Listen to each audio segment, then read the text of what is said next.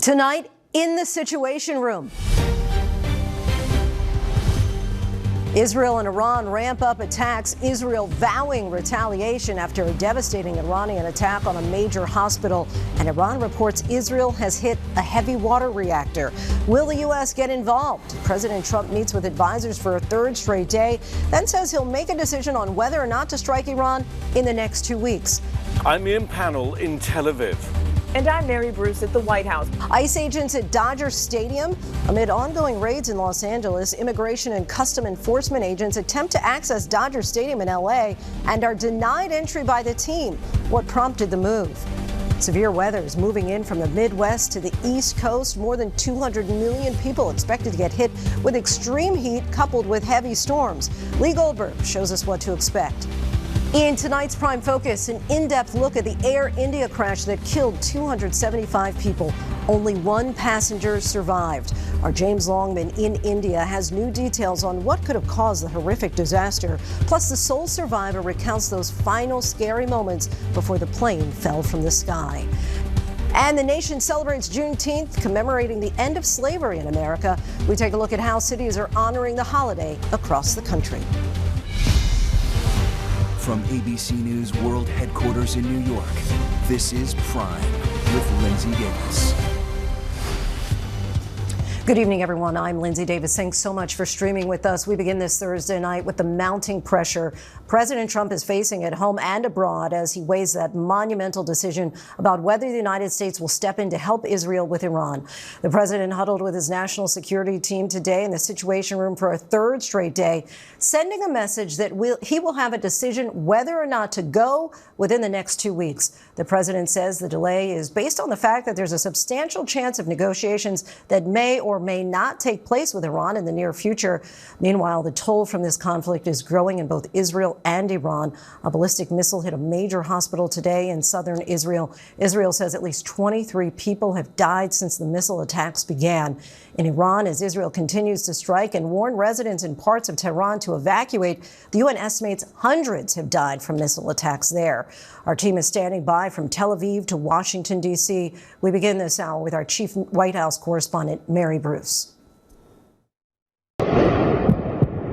For the third day in a row, the president hunkered down in the Situation Room, deciding whether the U.S. will take direct action against Iran. This was the official statement afterward, read in the briefing room. I have a message directly from the president, and I quote, "Based on the fact that there's a substantial chance of negotiations that may or may not take place with Iran in the near future, I will make my decision whether or not to go within the next 2 weeks." I asked the press secretary if there's no progress in the next 2 weeks, does that mean the U.S. will bomb Iran? Is he saying that if Iran does not come back to the negotiating table within the next 2 weeks, that the president will strike? The president is saying that he will make a decision whether or not to go within the next 2 weeks. It's very clear and direct. Is he seeing any signs of progress? He obviously is holding out hope for negotiations, but is he seeing any inklings of progress that give him that hope that talks are still possible? Well, that's why he said in the statement that I just read for all of you, based on the fact that there's a substantial chance of negotiations that may or may not take place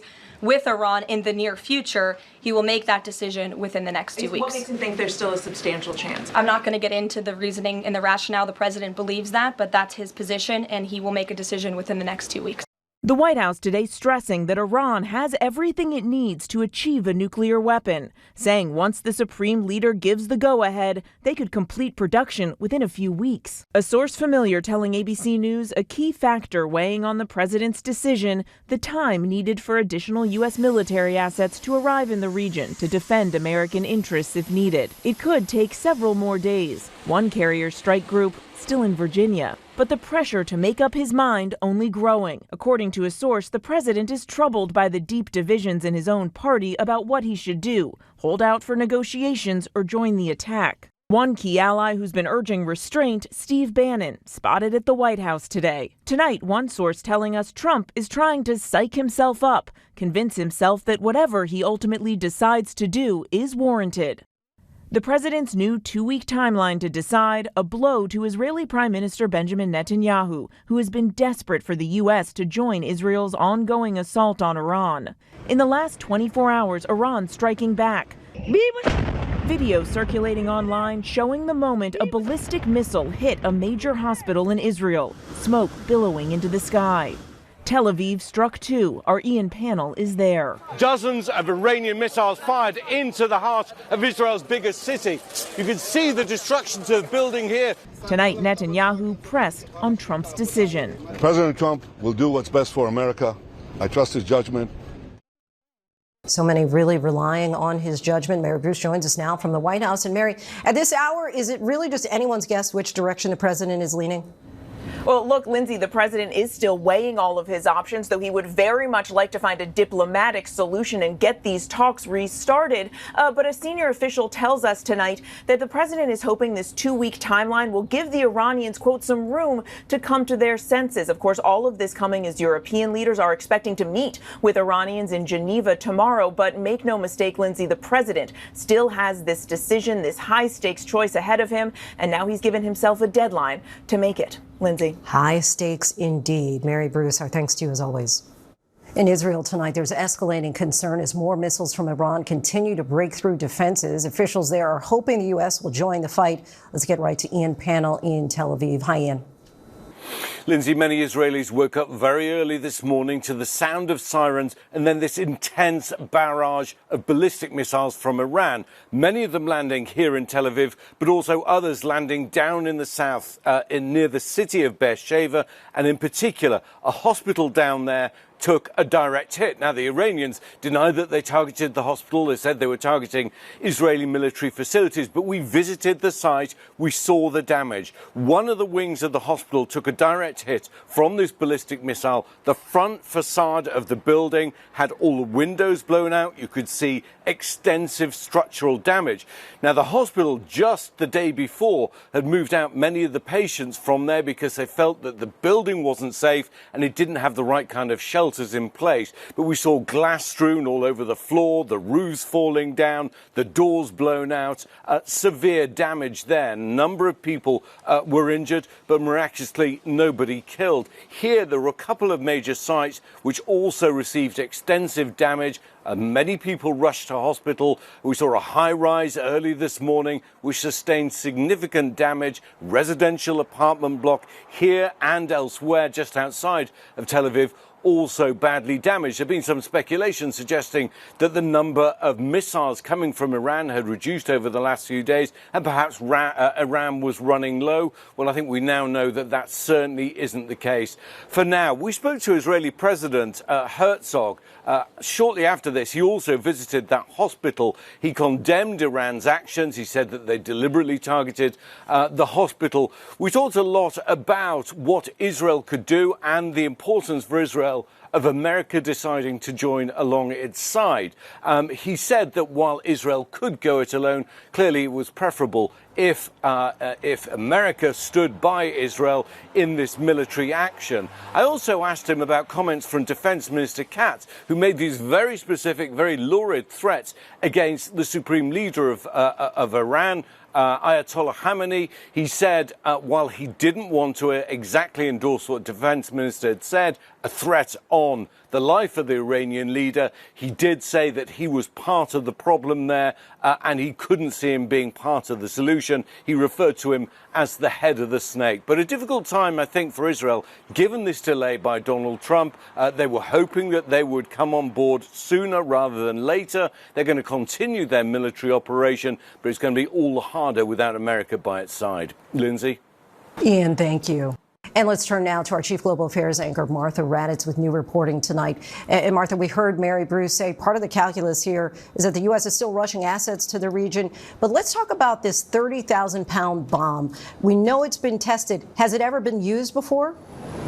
Well, Linsey, this bomb, it's called the Massive Ordnance Penetrator, or MOP, can only be delivered by the B-2 stealth bomber. The 30,000-pound bomb can penetrate deep into rock and has been tested successfully numerous times, but it has never been used before on the battlefield. The U.S. has used the smaller Moab. The 22,000-pound bomb was success blowing up caves in Afghanistan, for instance. But if the president decides the U.S. will hit the Fordo nuclear facility, it will be the first time this bomb has been used. So there are some concerns about how effective it would be in an actual strike, since much is not really known about Fordo. But there would likely be several of these bombs launched because of the uncertainty. And of course, the U.S. still wants to get all its assets into the region. Linsey? So much at stake here. Martha Raddatz, our thanks to you. The situation between Iran, Israel, and the U.S. promises to remain fraught, especially as Iran and Israel continue to bomb one another while diplomatic efforts play out. To dig in a bit more into this, we're joined by James Acton, who's co-director of the Nuclear Policy Program at the Carnegie Endowment for International Peace. Mr. Acton, so good to have you tonight. We've heard many times over the years from Israeli and American politicians that Iran is close to having a nuclear weapon, always close. How would we know that? And is it true that they are as close now as the president says? Well, Iran has been building up a stockpile of highly enriched uranium, and that's at 60%, which is a pretty short leap away, a pretty short step away from the level of enrichment that you would need to build a nuclear weapon. However, there's a lot more uncertainty about whether Iran is capable of doing yet the science and technology to convert that material into an actual usable nuclear weapon. And what the president has said about Iran being 2 weeks away is actually quite different from what the intelligence community has said. It said that Iran ceased its efforts to develop a nuclear weapon in 2003, and it's been reported that the intelligence community actually thinks Iran is a lot more than 2 weeks away from a nuclear weapon. Explain the basic design of Iran's nuclear sites. Which parts are protected below ground, which are above? Well, the whole ballgame at this point is a facility called Fordo, which is an enrichment plant. That's to say, it converts, it increases the enrichment level of uranium to the point at which it could be used potentially in a nuclear weapon. That facility is built into a mountain. This is the one that Israel likely can't destroy with its own capabilities, and it wants the US to destroy. There are a number of other facilities that are part of the uranium program. Israel has destroyed, I think, a number of those that are above ground. But there's also a lot of uncertainty about things like the components for the centrifuges, the highly enriched uranium that Iran has. We actually don't know where they are anymore. The highly enriched uranium was under IAEA safeguards. We don't know whether Iran has moved it. What exactly must be hit in order to hamper Iran's ability to enrich uranium and produce a nuclear warhead? Well, I mean, Fordo is generally regarded as the key facility. That's the enrichment facility. But I think it's important to emphasize that destroying Iranian facilities won't permanently stop Iran from trying to acquire nuclear weapons. This is why I'm very skeptical about the merits of military action. I think if the US gets involved and destroys Fordo, maybe that increases the time that Iran would need to build a nuclear weapon by months or a year or two, but Iran could rebuild. And so then the question becomes, are we prepared to attack again and again and again? Or do we think that at this moment of weakness that Iran has, a diplomatic solution actually presents us with the most leverage? That's what I believe. Do we know yet to what degree Israel has been successful in reducing what they've been able to create? Well, Israel's destroyed a lot of the facilities on the surface and close to the surface. Israel's destroyed an enrichment plant at Natanz. It's destroyed different nuclear facilities at Isfahan. It's killed scientists. There's no question it's done substantial damage to the Iranian nuclear program. But A, Israel can't destroy the enrichment plant at Fordo by itself. That's too deep. And B, we simply don't know whether Israel's been able to target things like centrifuge components, the highly enriched uranium itself that Iran has accumulated. Those materials and devices are small, they're easily movable. We actually just have no idea whether Israel has successfully destroyed them, and if so, how much of them. And if the United States were to get involved and decided they were going to use that bomb to destroy Fordo, is it lights out, or are there other locations where these sites may be located in Iran? Well, look, the first thing to say is we don't know what we don't know. One of the arguments against diplomacy has always been that Iran may have secret facilities. And that's true. But secret facilities are actually a bigger problem where military action is concerned. You can't bomb what you don't know. So there's a possibility that Iran has secret facilities. But even if it doesn't, it has the knowledge of how to enrich. It has the knowledge of how to build enrichment facilities. It may very well have components for centrifuges. It may very well have highly enriched uranium left. In short, even if the United States destroys Fordo, Iran almost certainly will be able to rebuild the program, and relatively quickly. You know, depending on how much is destroyed, we're looking at something like a number of months, perhaps a small number of years. We've been seeing these images of the hospital that was attacked in Israel, and a number of people, as President Trump here has said that he wants to build the Golden Dome in the United States. There in Israel, of course, they have the Iron Dome. Why are we seeing that's being penetrated in a number of cases in recent days? The short answer there is because missile defense is really difficult. It's hitting a bullet with a bullet. I mean, almost literally. I just think that's a very good analogy to what's going on here. Now, Iron Dome is a system that's specifically designed to intercept very short-range missiles, such as those that Hezbollah has fired from Lebanon against Israel. That's a really effective system. It's very, very impressive. Actually, the systems that Israel is using to defend against Iran are systems like Arrow 2, Arrow 3, the US-supplied THAAD. That's just a more difficult task because the missiles that Iran is firing come in a lot faster than the rockets that Hezbollah has fired. And, you know, we should never expect 100% effectiveness. That's just not reasonable to expect. So it's not entirely surprising to me that Israel can't defend against everything. James Acton, co-director of the Nuclear Policy Program at the Carnegie Endowment for International Peace. We thank you so much for your time tonight. Thank you for having me. Back in the U.S., severe thunderstorms are moving into the Northeast with storm watches up and down the East Coast, and right behind it, life-threatening and record-breaking heat from coast to coast. Those severe storms are moving up the I-95 corridor with more than 60 million people on alert for damaging wind gusts up to 75 miles per hour. The system has caused massive flooding already in the south, shutting down I-40 in both directions near the North Carolina and Tennessee border. And police say a teenager was struck by lightning in New York. Meteorologist Lee Goldberg will have the forecast in a moment. But first, here's Stephanie Ramos. Tonight, a severe weather system sweeping into the Northeast, bringing potentially damaging winds and flooding. Storm cells dumping buckets of rain on New York City late this afternoon. We're getting a couple calls at 5th Avenue and East 96 and someone struck by lightning. Coming in the park. Police saying a 15-year-old boy was struck by lightning in Central Park, near Manhattan's Upper East Side, adding he was alert and conscious after the incident. The storms forcing ground stops at airports in Washington, D.C., Baltimore, and Newark this afternoon. Hundreds of flights canceled, thousands delayed. Winds gusting to more than 60 miles an hour. More than 500,000 households without power in the mid-Atlantic and Northeast. The system leaving a trail of damage as it crossed the central U.S. Heavy rain and winds downing tree limbs in Indianapolis. Right there! Oh! At least 12 reported tornadoes across 4 states since Wednesday afternoon. This section of I-40 near the Tennessee-North Carolina border inundated by floodwaters. Authorities say it'll be closed for at least 2 weeks.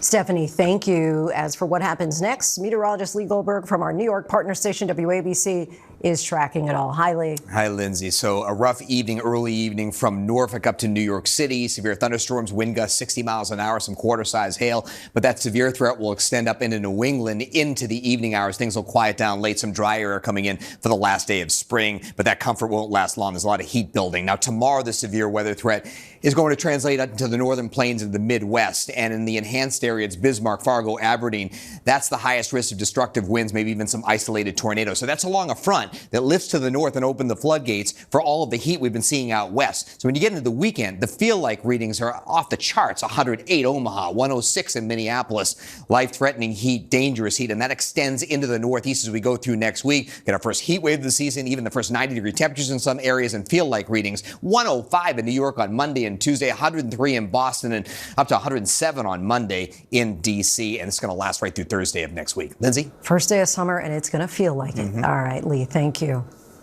Now to the tense scene outside Dodger Stadium in Los Angeles. Dozens of federal officers in masks and tactical gear positioned right outside the gates. The Dodgers say they denied the officers entry. Let's get to our Trevor Alt, who is there. Hey, Trevor. Well, Lindsay, this is one of the most popular places in Los Angeles, Dodger Stadium, that this morning turned into yet another site for law enforcement presence and also the presence of a counter demonstration. There was a lot of confusion and some conflicting statements from law enforcement, but once again, more tension here in Los Angeles. Tonight, tense scenes at Dodger Stadium. Dozens of federal officers in masks and tactical gear seen right outside the gates, protesters quickly gathering as well. The LAPD called to the scene. The Dodgers saying in a statement those agents requested permission to access the parking lots. They were denied entry to the grounds by the organization. But DHS responding, saying this had nothing to do with the Dodgers. Customs and Border Protection vehicles were in the stadium parking lot very briefly, unrelated to any operation or enforcement. It follows days of heated clashes between law enforcement and protesters, with President Trump sending in hundreds of Marines. ICE continuing to ramp up operations across Los Angeles County. This video today showing an agent chasing a man down near a Home Depot, detaining him, and agents also raiding this car wash in Glendale, as the administration vows they will increase deportations undeterred by protests. And Lindsay, the Dodgers have drawn criticism for remaining silent during these escalating ICE raids, but the organization is reportedly planning to announce initiatives supporting impacted immigrant communities. Lindsay? Trevor, thank you. Freed American-Israeli hostage Edon Alexander returned to his hometown of Tenafly, New Jersey today. The 21-year-old was captured during the October 7th Hamas attack. He was freed last month after 584 days in captivity in Gaza. Alexander flew back on an American repatriation flight carrying diplomats and their family members from Israel. He was the last living American citizen still believed to be held by Hamas. A dramatic explosion last night of a SpaceX rocket ship during a pre-flight test in Texas.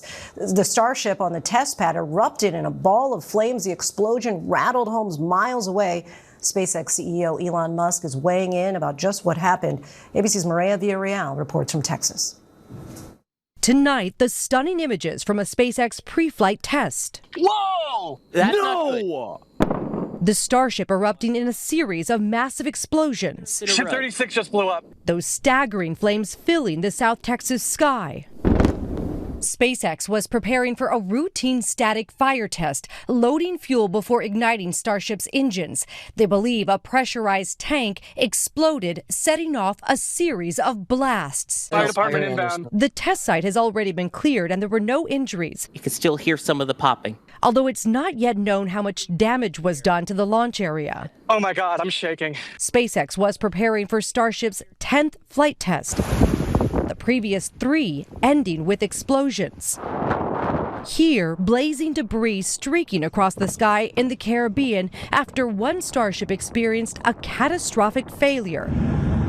The incident forcing flights to reroute, the FAA requiring SpaceX to investigate what went wrong. Maria Villarreal joins us now. Maria, I know you've done reporting for Prime on the ground in Starbase where this explosion took place. What can you tell us about that community and Elon Musk's plans for it? Listen, I think that there are big plans to try and turn this into the goal of eventually sending people to Mars. We got an official statement from, Starship and from, SpaceX basically saying, listen, this was a situation where we had a chain of reaction and everything is okay. Nobody has been hurt. But at the same time, we also saw Elon Musk posting on social media this morning. He seemed to say, quote, this is just a scratch. But regardless, the success of Starship is crucial in order for him to eventually get to that goal of sending humans to Mars. Lindsay? All right, Maria, our thanks to you.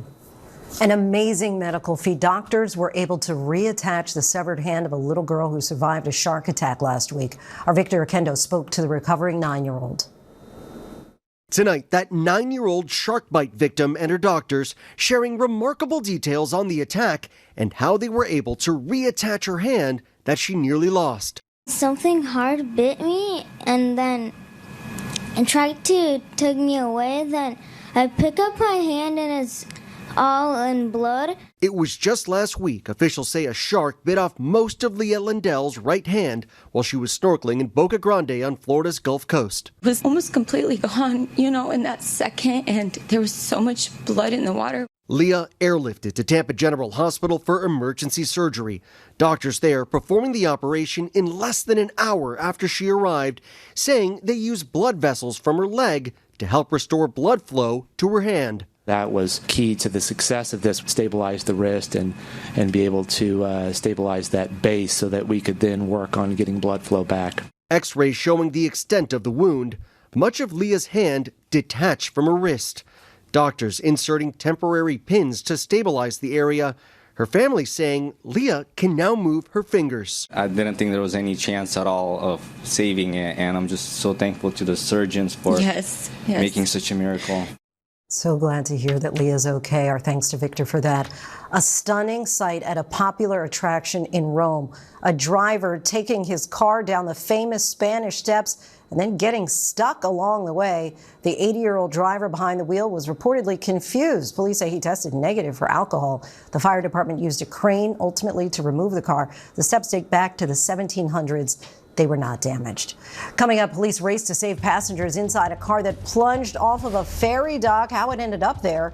But first in tonight's Prime Focus, the grieving family members, the lone survivor, and the airline under scrutiny. A look at the fallout from the deadly Air India plane crash. Welcome back, everyone. Tonight, 1 week after that devastating and tragic Air India crash, there's still so many questions about just what went wrong. Today, officials in India announced that they have 2 sets of black boxes from the crash. While figuring out what happened may take months, even years, that, of course, will offer little consolation for the families of the 275 victims as funerals are now underway. And that miracle soul survivor has now had to bury his brother. In tonight's Prime Focus, our chief international correspondent James Longman has this in-depth report from India. A brother's grief.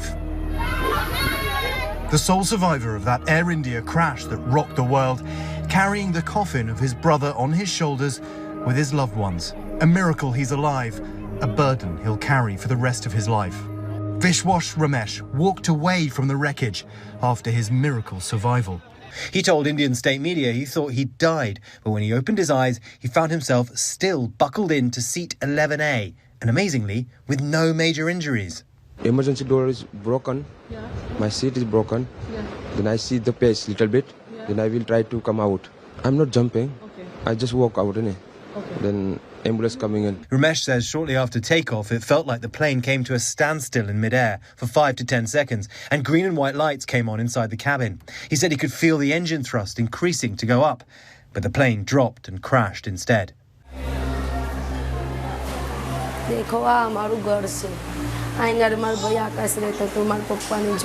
Urmila Patani lost her brother Akash last week.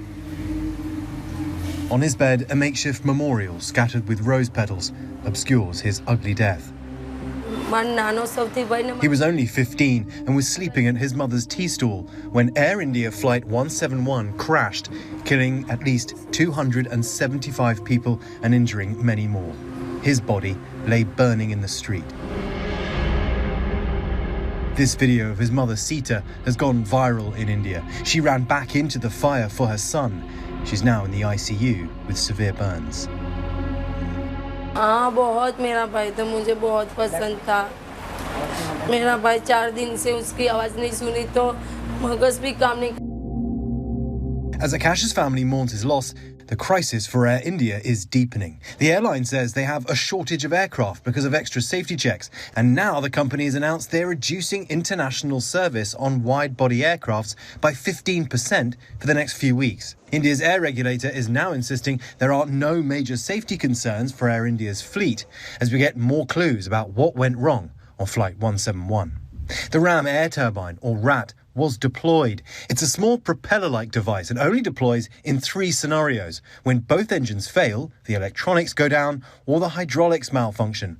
This new finding raises more questions as investigators continue to piece together clues about the plane's final moments and what crisis the pilot faced when he called a mayday. The plane, bound for London's Gatwick Airport, crashed in Ahmedabad just about 30 seconds after it took off. In a very, very busy residential area, and the plane's wings, we're told, clipped those trees behind me, flew over these buildings before crashing over there. And up on a roof, you can see how this could have been an even bigger catastrophe. Hundreds, thousands of people live in this neighborhood. It's packed with people. And just 100 yards or so away from where I am, that is the fuselage of the plane. Krish lives here. He was playing cricket with friends when the plane went down. Mind-blowing. I never seen in my life this type of scenes. Yeah, if you take a look at the aerial shots of this area, it's very built up. There's a small patch of kind of grass, and that is where Krish says the pilot looks like he was aiming for to avoid his home and those of thousands of other people. So you think that the pilot avoided your house? Yes. You think that it's because of him that you are alive? Krish says many more would have died if the pilot had hit these buildings. Indian aviation expert Captain Mohan Ranganathan is looking closely at the conditions that day. So what's your current thinking on what might have gone wrong here? So with the CCTV footage, just after 16 seconds, he starts rotating. And you can see the nose coming up ahead of that building, which is there in the video. And 1 second later, you can see the yawing to the right, which indicates that there's been an engine failure on the right side. So would one engine failing cause the second engine to fail? Only if the second engine had also sucked in debris. See, there's a lot of grass, and you have birds there, and it may not be quite a bit of debris, but it is not paved, it is not covered with grass. So with full thrust on the Dreamliner engines, it can suck in any loose soil. This is just one theory of many circulating. Indian and international investigators working on the crash haven't given any clues on what the cause might be. But the fireball that consumed it has severely complicated victim identification. Investigators are now using DNA testing so remains can be returned to grieving families. Among them, those of British couple Fingal and Jamie Greenlaw-Meek, who shared this video just before boarding the plane. Going back happily calm. Back with Akash's family, his father Suresh sits stunned on the step. It's a picture of him. That's him there. A moment later, another family member shows me her phone. Oh my God, that's the son. That is his son. They're showing me some very distressing videos there, including what this lady says is that 15-year-old boy, his body on fire in the street. Out in the yard, a small shrine to the boy they can't believe is gone. Memories of a teenager who once had his whole life ahead of him. At his funeral, emotions finally hit his father at the loss of his son. This tragedy has forced a community to come together. Sanjay was there when the plane went down. He rushed to action, jet fuel turning everything to fire and ash. He says he pulled 28 bodies from the wreckage. And this man with his bare hands is pulling out the charred remains of some of the people who've been killed. I mean, this tragedy has required extraordinary courage from ordinary people. James, you are so right. Our thanks to you. Coming up, the alligator. Yes, alligator found far away from its natural habitat. And today is Juneteenth. We go by the numbers on the newest federal holiday. Now to the holiday of Juneteenth. This is, of course, the 5th year we're celebrating the federal holiday as a nation, but its history and our history as Americans has often been replete with the pursuit of justice and recognition. Juneteenth is tonight's By the Numbers. Though President Lincoln freed all enslaved people on January 1st, 1863, it was not until the middle of 1865 when many of the last enslaved people on the island of Galveston, Texas, were emancipated by federal troops sent there. By 1865, shockingly, an estimated 250,000 enslaved people remained in Texas. Many of them celebrated the first Juneteenth holiday on the 1-year anniversary of their freedom, June 19, 1866. The federal holiday may have been a long time coming, but the Texas legislature did recognize Juneteenth as a state holiday in 1979, and it was then celebrated the following year. Texas was only one of 4 states to make June 19th a state holiday before 2000. The other states were Oklahoma, Florida, and Minnesota. And still by last year, only a little more than half of all states and Washington Washington, D.C. have made Juneteenth a paid holiday for state employees. And there were, of course, Juneteenth celebrations across the country today. World News Tonight anchor David Muir takes us there. Tonight, across America, a country commemorating Juneteenth, the day 160 years ago, enslaved people in Texas learned they were free. From Galveston, Texas to Savannah, Georgia to Knoxville, Tennessee tonight, communities coming together. 14-year-old Layla Jordan in Knoxville and her sign Juneteenth, honoring the past, inspiring the future. In Washington, D.C. today, hundreds lining up inside the National Archives to see the Emancipation Proclamation. And in Dallas, the Dallas Historical Society displaying the only known surviving piece of paper of General Order Number 3. That order, posted by Union troops all over Texas, declaring all slaves are free and have, quote, absolute equality. It would come 2.5 years after Abraham Lincoln signed the proclamation. And in Fort Worth, Texas today, hundreds joining Opal's Walk for Freedom. Of course, honoring Opal Lee, who you met right here on this broadcast, called by many the grandmother of Juneteenth. And we remember what Opal told us about the importance of coming together on this day. She said, under our skin, we're all the same, so we have to be in the business of helping each other. Our thanks to David for that. Coming up, could your favorite cereal be on its way out? We'll show you which morning staples General Mills is pulling from its shelves. Then, are ChatGPT and other generative AI models hurting our critical thinking skills? That's what researchers at MIT wanted to know. We'll tell you what they discovered. And he's still in his early 20s, but the sultry R&B singer-songwriter Destin Conrad is ready to own his life story on his brand new album. He talks with us all about it next. Stay with us. Thieves are caught on camera carjacking a FedEx van. What a new study reveals about ChatGPT's possible influence on learning, and evicted tenants leave behind their pet, an alligator. These stories and more in tonight's rundown. Police in Northern California are trying to track down 4 thieves who stole a FedEx truck loaded with designer purses. Deputies say that the driver was fueling up at a gas station when a masked suspect carjacked her at gunpoint. Witnesses said that they saw 4 unidentified suspects emptying the van's contents into a smaller white van. It's not clear how much the bags were worth. The FedEx driver was not physically hurt. 2 people are dead and 4 others were rescued after a car drove off of a ferry dock and plunged into the Puget Sound just outside of Seattle. Police say an officer tried to pull over a Mini Cooper on the highway for speeding, but the driver refused to stop. A short pursuit ensued, ending when police approached the ferry terminal and heard people screaming. A frantic rescue attempt ensued with troopers throwing rope and flotation devices into the water.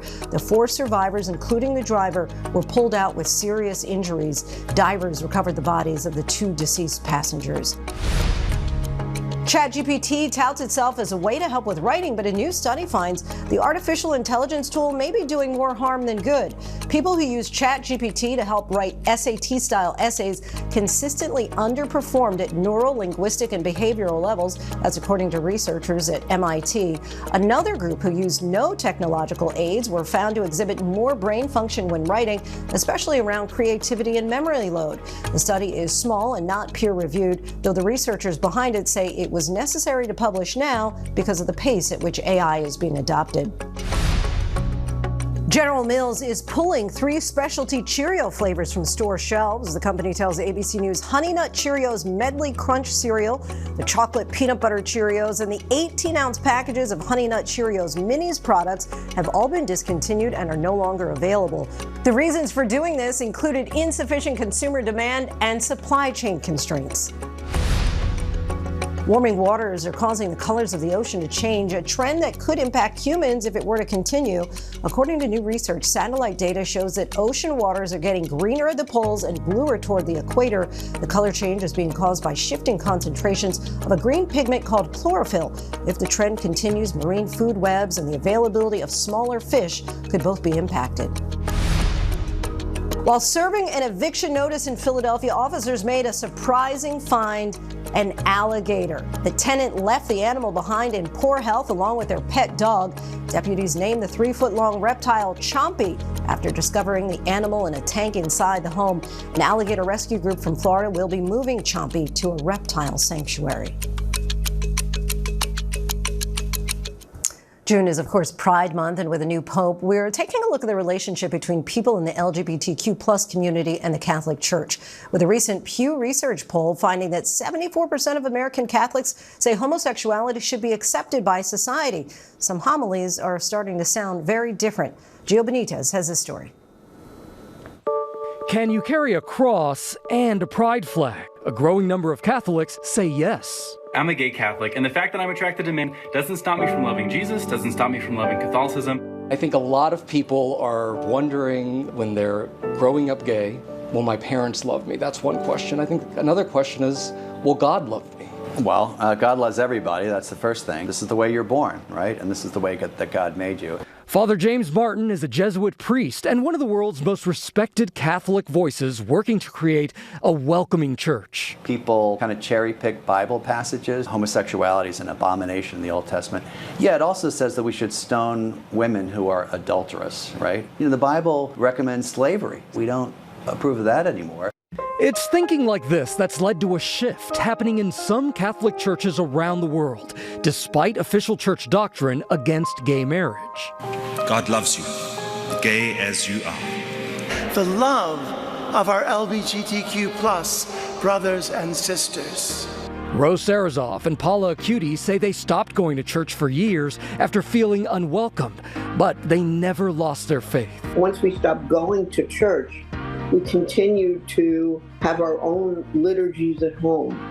They eventually found a welcoming home at St. Francis Xavier's Catholic Lesbians group in New York.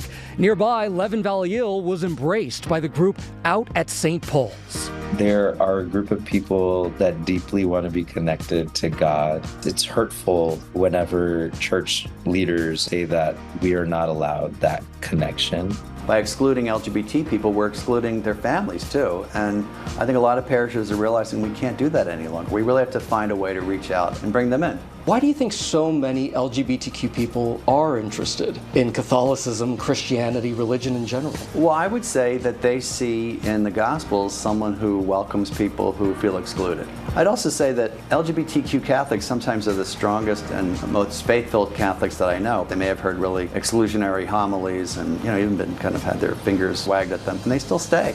That's real faith. Our thanks to Gio, and we asked Father Martin which biblical story he turns to in order to support the LGBTQ community. And he mentioned the story of the Roman centurion. That's the Roman soldier who was just despised by society, and yet Jesus was amazed by his faith and helped even him.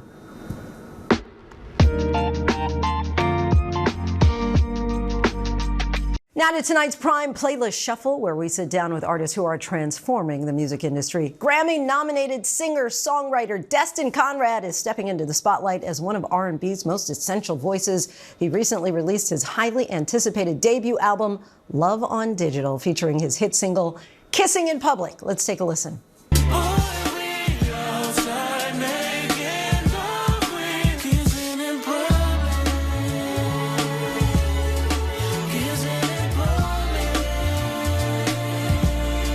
Love that sound. Joining us now, singer-songwriter Destin Conrad. Thank you so much for joining us. Thank you for having me. All right, so let's just start out with Love on Digital. What does that mean to you? Love on Digital is my ode to the digital era of music and R&B and all the music that I grew up listening to, and it becoming the music that I make too. So yeah, that's fine.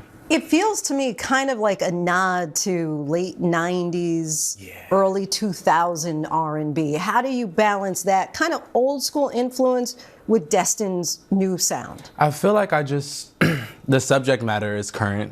I feel like I try to talk about things that I'm currently going through, but obviously I'm so inspired by like the 90s, 2000s R&B.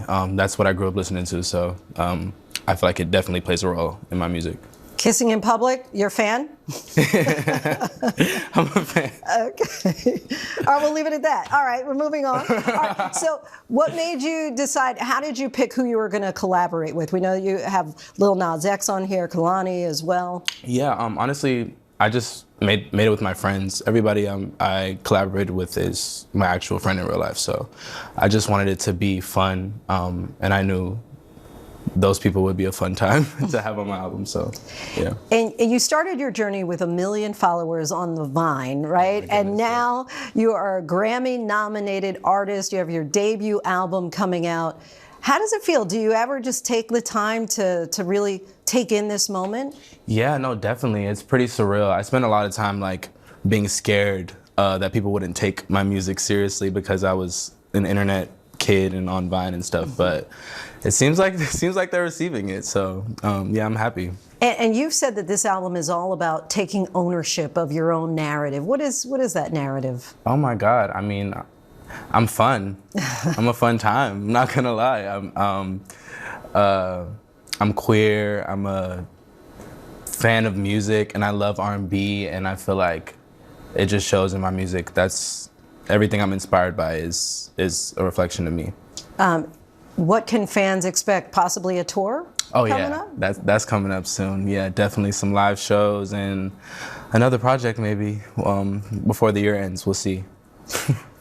Anybody you can point out in particular who you would say has had the biggest influence on your musical career and style? So many people. Brandy, Usher, Stevie Wonder, Luther Vandross. I'm so inspired by like everybody that makes good R&B music, really, and yeah, I'm constantly inspired. I'm inspired by new people too. Yeah, I love R&B. And would you say you're an old soul?